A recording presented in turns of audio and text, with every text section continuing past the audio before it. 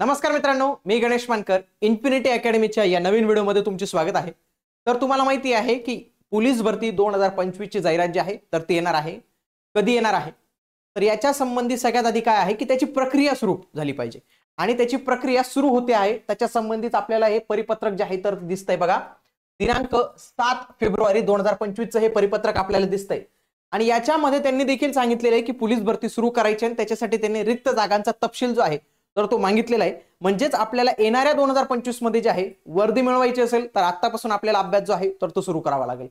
आणि तुमची देखील ग्राउंडची तयारी चांगली झाली आणि वाटतं की लेखीमध्ये मी कुठेतरी कमी पडतो, लेखीमध्ये मला थोडं चांगलं काम करायचंय, तर त्या सर्वांसाठी मिशन वर्दी हे बॅच जे आहे ना तर ती आपण लॉन्च केलेली आहे. इन्फिनिटी स्पर्धा परीक्षा या ऍप्लिकेशनवर, ज्याची लिंक डिस्क्रिप्शन बॉक्समध्ये, ज्याच्यामध्ये तुम्हाला मराठी, सामान्य ज्ञान, अंकगणित, बुद्धिमत्ता असे तुमचे सर्व विषय जे आहेत तर ते व्यवस्थित पद्धतीने कव्हर होतील.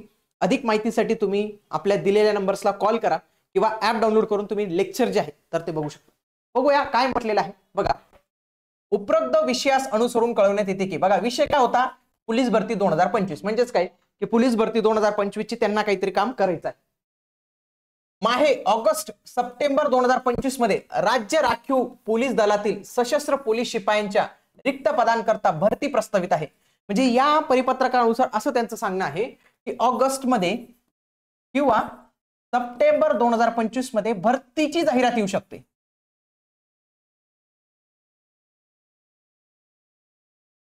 भरतीची जाहिरात येऊ शकते, जी आधी एप्रिल मध्ये सांगण्यात आलेली होती, पण ही एसआरपीएफ बाबत त्यांनी सांगितलेली आहे. सदर भरतीच्या पूर्व तयारी करता खालील बाबींची पूर्तता करणे आवश्यक आहे. काही बाबींची पूर्तता कोणत्या बघा. समादेशक यांना कळवण्यात येते की त्यांनी खालील नमूद बाबींची पूर्तता करायची.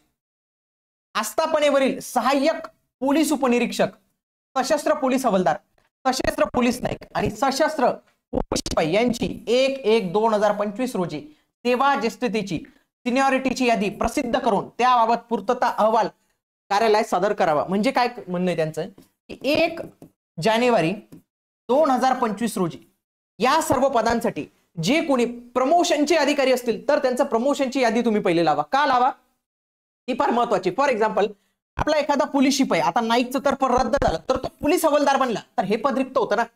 एखादा पोलीस हवालदार हा जे आहे तर ते पुढे उपनिरीक्षक बनला, सहाय्यक पोलीस उपनिरीक्षक बनला तर काय होईल की त्या जागा रिक्त होतात आणि त्याच जागेवर आपल्याला भरती करायची असते. म्हणून सगळ्यात आधी जी काम होईल ना तर ते होईल प्रमोशनचं काम करावं लागेल त्यांना. सिनियरिटीनुसार आधी प्रमोशन द्यावे लागतील, त्याच्यानंतर जागा काहीतरी शिल्लक राहतील. पुढचं, आस्थापनेवरील सहाय्यक पोलीस उपनिरीक्षक, सशस्त्र पोलीस हवालदार, सशस्त्र पोलीस नाईक आणि सशस्त्र पोलीस शिपाई यांच्या मंजूर हजर रिक्त पदांबाबत सद्य स्थितीदर्शक माहिती कळवणे. बघा, पहिलं काम त्यांना करावं लागणार आहे प्रमोशनचं. दुसरी माहिती त्यांना घ्यावी लागणार रिक्त पद किती आहेत.